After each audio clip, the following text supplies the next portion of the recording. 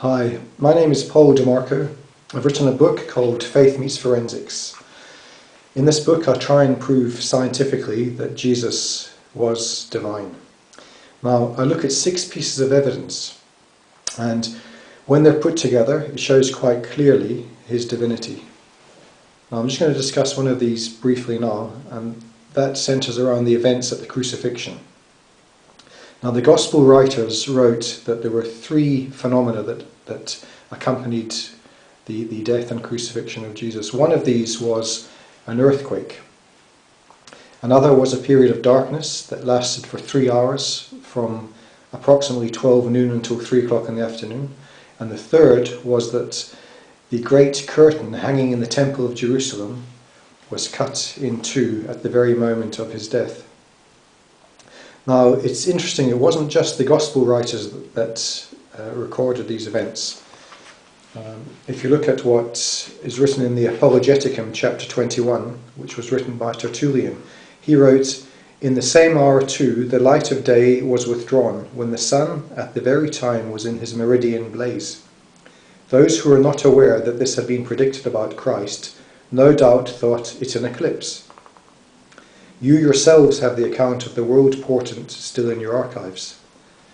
And in addition to this, the historian, a Greek historian named Phlegon, he wrote in his work, A History of the Olympiads, "In the 4th year of the 202nd Olympiad, there was an eclipse of the sun, which was greater than any known before, and in the 6th hour of the day it became night, so that stars appeared in the heaven, and a great earthquake that broke out in Bithynia destroyed the greatest part of Nicaea." Now the 4th year of the 202nd Olympiad was the year 33 CE. Now I think Tertullian was correct in questioning whether the darkness was caused by an eclipse. A solar eclipse happens when the moon moves across the sphere of the sun, thereby preventing the light from the sun from reaching the earth. Now a total solar eclipse is a very rare event. In fact, it happens at any given point on the Earth's surface only every 360 to 410 years. What's also interesting is that a total solar eclipse can only last a maximum of 7 minutes and 31 seconds, which is the maximum amount of time it can take for the moon to pass over the sphere of the sun.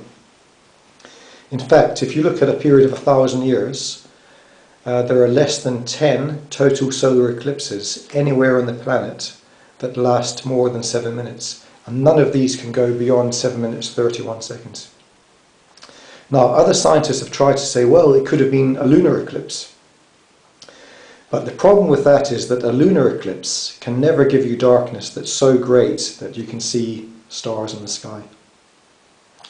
So what is the probability of a total solar eclipse happening in the year that Jesus was crucified? Well, it would have to be 1 in 360.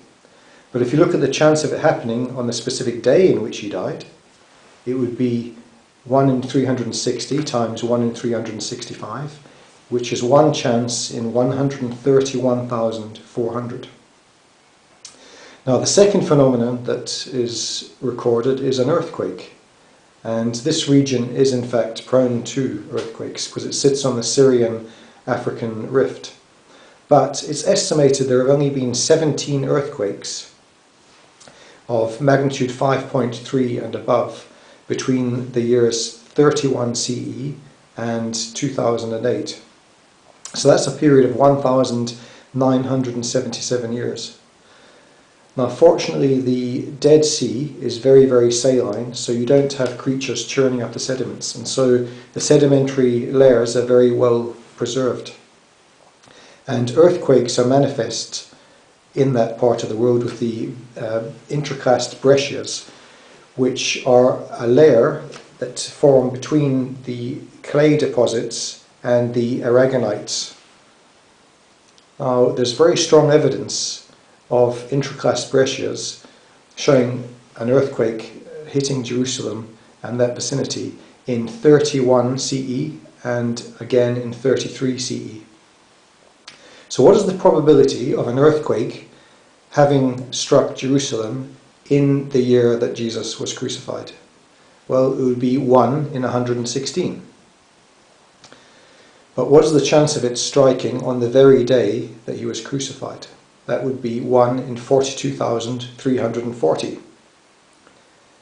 Now, if the darkness was caused by a total solar eclipse, what would the probability be of a total solar eclipse and an earthquake happening at precisely that day that Jesus was crucified?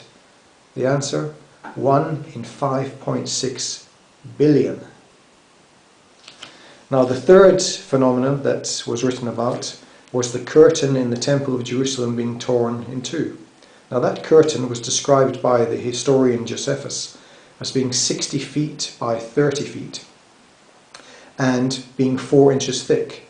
And he wrote that it was so heavy that horses pulling it from both sides could not move it. They couldn't pull it apart. And yet, at the very moment of Christ's death, it was cut in half. Anyway, that's just one piece of evidence that's covered in the book, Faith Meets Forensics. The other 5 sets of evidence are fascinating, and I hope you get the chance to get the book and enjoy the read.